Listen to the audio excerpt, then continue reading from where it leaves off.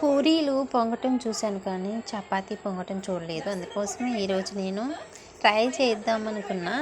కానీ నిజంగానే పొంగినాయి చపాతీలు. అంటే వేరే గోధుమ పిండి ఎప్పట్లో ఆశీర్వాదే తీసుకున్నాను కాబట్టి సెలెక్ట్ చేసుకున్నాను. ఆశీర్వాద్ సెలెక్ట్ భలే ఉంది. నిజంగానే పొంగాయి అన్నమాట చపాతీలు.